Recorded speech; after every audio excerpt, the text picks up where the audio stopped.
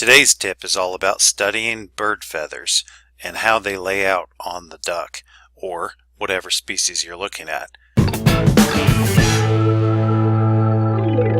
Now this is a Google image search of green-winged teal, but I want to point something out here that'll save you a little time. So if you have a look at, for example, a mallard duck, especially a hen, well, let's look at the drake. You can't see where the feathers are, but if you take a look at the hen here, what you'll notice is that there's so many feather splits and there's so much confusion going on here that it's kind of hard to see if you're a beginner carver or an intermediate carver exactly where to put these feathers and how to lay them out. So I recommend having a look at pictures of a black duck. So these are pictures from Wikipedia.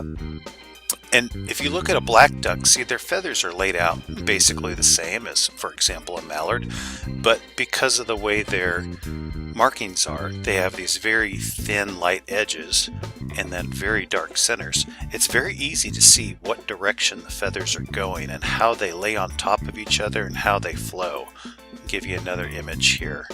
This is a really good image of, say, the scapulars on the back of this black duck, and you can even see a little bit of the breast feathers here, and good reference for the side pockets and flanks.